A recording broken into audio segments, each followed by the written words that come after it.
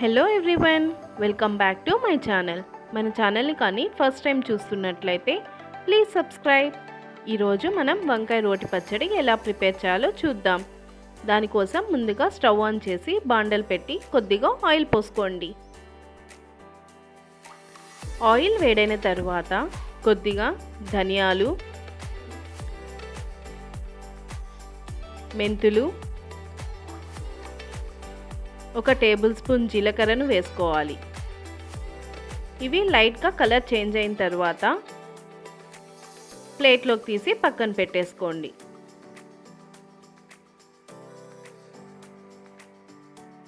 ఇప్పుడు అదే ఆయిల్లోకి కట్ చేసి పెట్టుకున్న వంకాయ ముక్కలను కూడా వేసుకోవాలి.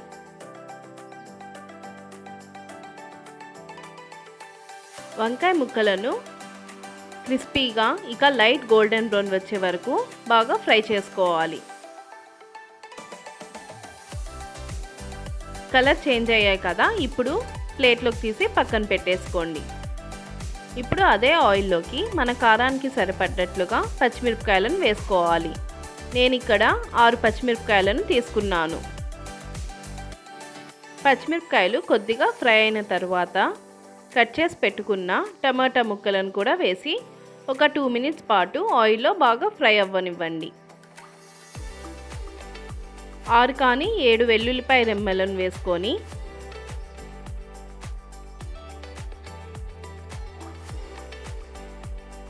కొద్దిగా కొత్తిమీరను కూడా వేసుకోవాలి. చిటికెడు పసుపు అన్నీ వేసుకున్న తర్వాత ఒక 2 మినిట్స్ పాటు బాగా ఫ్రై చేయండి. ఒక 50% బాగా ఫ్రై అయిన తర్వాత లాస్ట్లో ఒక చిన్న నిమ్మకాయ సైజ్ అంతా చింతపండును తీసి బాగా క్లీన్ చేసి బాండెట్లో వేసుకోండి. ఇప్పుడు టమాటాలు, పచ్చిమిరపకాయలు అన్నీ బాగా ఫ్రై అయ్యే వరకు ఉంచి స్టవ్ ఆఫ్ చేసి చల్లారిన తర్వాత ఇప్పుడు రోట్లోకి ఒక్కొక్కటిగా మనం ఫ్రై చేసుకున్నవన్నీ వేసి బాగా మెత్తగా దంచుకోవాలి. మన రుచికి సరిపడ్డట్టుగా కొద్దిగా ఉప్పును కూడా వేసి కొద్దిగా సేపు దంచుకొని మనం ఫ్రై చేసి పెట్టుకున్న వంకాయ ముక్కలను కూడా వేసి బాగా మెత్తగా దంచుకోవాలి.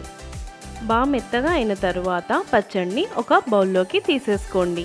మీకు కూడా ఈ వీడియో నచ్చినట్టయితే ఒక లైక్ కొట్టి షేర్ చేయండి. Thank you for watching.